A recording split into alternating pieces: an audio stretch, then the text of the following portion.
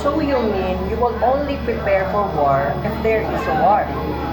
That is what you mean. So if there is no sense of, if there is no sign of war, you will not prepare for it. You will wait for something, for a surprise, something we cannot do, something it's too late. Even Antonio Luna said, bayan o sarili. Right? Ano ang pipiliin mo? Bayan o sarili? So, if you think that choosing yourself is not selfish and forsaking your country,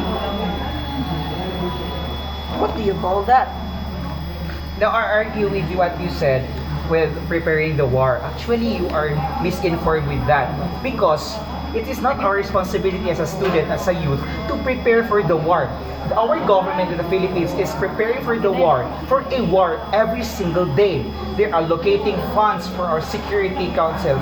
They are allocating funds for our PNP. They are allocating funds for our army. They are allocating funds for our military. They are allocating funds for our defense. Isn't that a preparation of war?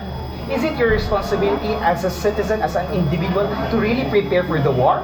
I would say I'm already preparing for the war. If there is a war, if there is a surprise war, I would say I am prepared not only to defend my nation, but also defend my people. But it does not mean that it is our responsibility to prepare for an actual war. We have to prepare ourselves, but not really prepare the nation. How can we prepare the nation if we have a government? They are already doing that. So is it your responsibility really to prepare for a war? And also, you mentioned about Antonio Luna when he said about bayan o sarili. That is only applicable when you chose other nation over yourself. Remember that Antonio Luna said that when the Philippine government is siding with the America, and not defending the nation, and that is not applicable whether you choose the nation and yourself. Antonio Luna's point is about business people choosing their businesses, not siding with the Americans. Exactly. They're thinking, Exactly. They're thinking What is about that? their businesses, not about siding with the Americans. So, in your statement, it's like you're choosing your choice of life instead of the nation's freedom, and instead of nation's freedom, instead of nation's liberty. So, isn't that unconstitutional when you said that? Because life before liberty of the nation. In the Philippine Constitution, life goes first before the nation because it is our rights to live. So you are undermining the first preamble, the first article of the Constitution. Isn't that something contrary to what is really the Philippines is fighting for, what is really the Philippines is for? Let him speak. Okay. Isn't Filipinos supposed to fight for our freedom? Isn't Filipinos should have nationalism?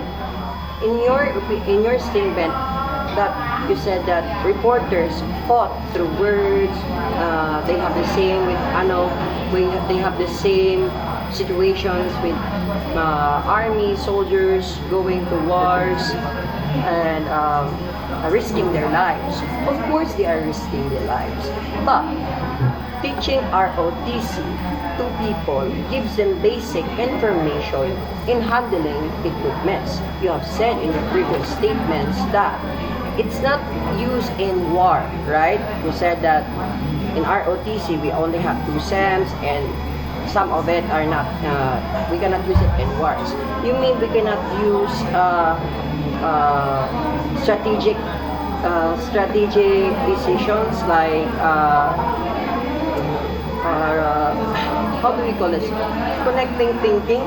For example, we are making movements, we are commanding with one another, signaling one another, and of course assembling weapons, especially that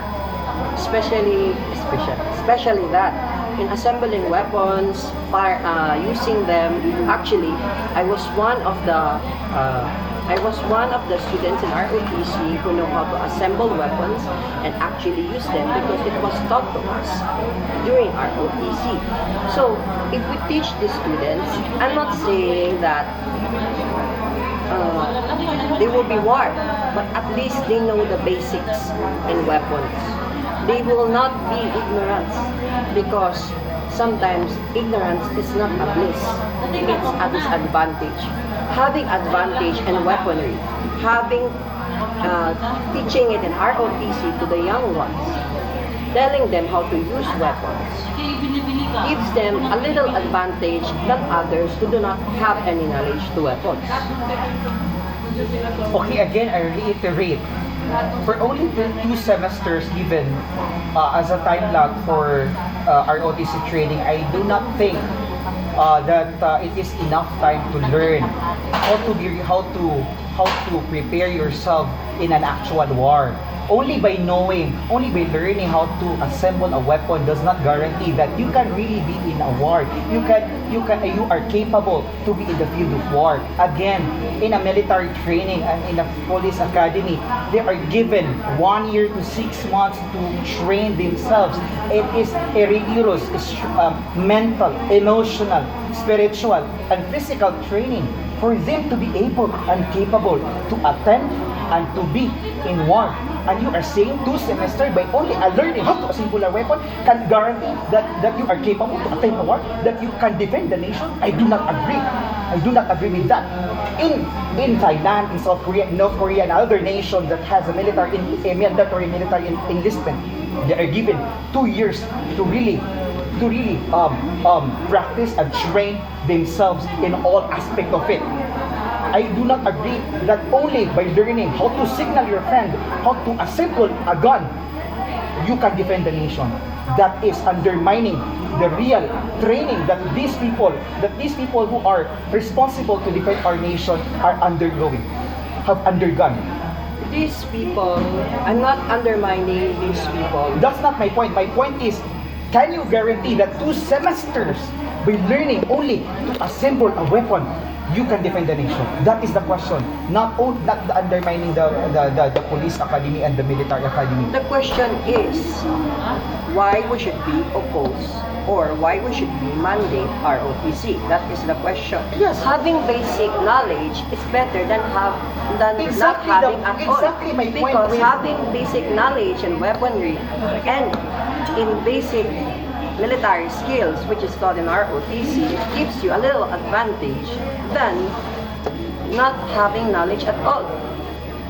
You tell me it's better not to know how to assemble weapons. You tell me that it's better not to know how to drill. You tell me that it's better not to have endurance. You tell me that you do not know basic commands. In during war, let's go that. Some militaries need the youth to join their defenses. Of course, they cannot pick old people. It's the government's responsibility to defend the nation. But it is also our privilege to defend our nation. Because we are Filipinos. We are living in the Philippines. Here's my question. If we are not defending our nation, who are we? Are we even Filipinos? No, you are actually altering the narrative. It's wait. not actually about being a Filipino. The question and the narrative here is about ROTC. My question is, if you graduate 1 year ROTC training, are you going to be enlisted as a reservist? The answer is no. The answer is no.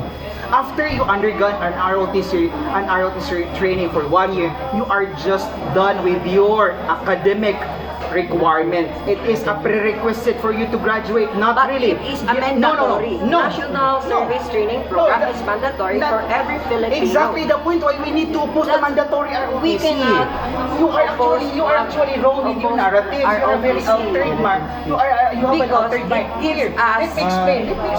Let me explain. As basic knowledge in military It's and my time. weapon. It's my time. It's my time. That's exactly what you said, and I'm going to argue with that. Okay. Your arguments earlier was that for basic knowledge of weaponry, a basic knowledge for military. Exactly. That's not our responsibility to know military training. It's not our responsibility. It should be the military doing that. Exactly. Mandatory ROTC is only for prerequisite. It is only as a requirement for your college. It is only a requirement for your academic accomplishment. It is not necessarily that after you graduate, after you finish the 1 year ROTC training, you can be enlisted as a reservist in the Philippine military. No, no. We have reservists. After the military, we have the reservists. And what is actually the diagram of military in the Philippines, in the army? Now, in actual war, after killing or if there is a deficient in military or in army personnel, we get it from the reservist department of the Department of Defense. Now, after all the reservists in the Department of Defense, almost 400,000 of them, after they are already scattered around the nation, around the country, that's the time when they are looking for another reservist. That's the time when they are looking for another volunteers in actual war. And it's very impossible for us youth to actually engage in an actual war. That's impossible. And even if it's possible, your little and basic knowledge of military does not guarantee that you are capable to attend and engage in an actual war. Again, I reiterate and I end my argument and I end my speech here. I oppose the mandatory ROTC. Youth can still train through ROTC, but it should not be mandatory to all students. It should be selected. It should be voluntary. Again, it should not be mandatory. And I'm saying that it should be abolished. Your arguments are all now erased in the record because you did not defend your motion and your stance in this debate. Thank you very much. Last response.